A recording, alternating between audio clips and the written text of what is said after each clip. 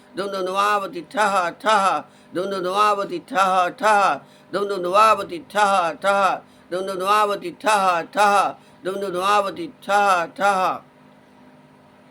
एतत् जपेत एतत् धुमावती कवच पाठ धुमावती देवी अर्पणम। क्षमस्व देवी, क्षमस्व गुरुदेव। শ্রবণকারী ভক্তের অশেষ কল্যাণ সাধন করুন মাতা, ভুল ত্রুটি অপরাধ ক্ষমা করুন, ক্ষমস্ব দেবী।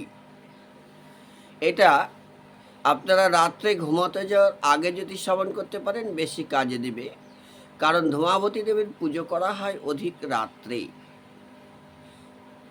মনে রাখবেন, ভীষণ শ্রদ্ধা ভক্তি সহকারে ধূমাবতী দেবীকে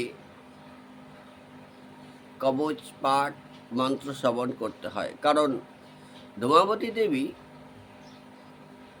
যখন কালী তারা, তারপরেও যখন কাজের প্রয়োজন হয়, অর্থাৎ তীব্র সমস্যায় পড়েছেন, তীব্র জটিলতায় পড়েছেন, তখন দেবীকে প্রাণপণে শ্রদ্ধা ভক্তি সহকারে নিষ্কপটভাবে শ্রবণ করুন, সর্ব সমস্যার সমাধান হবে।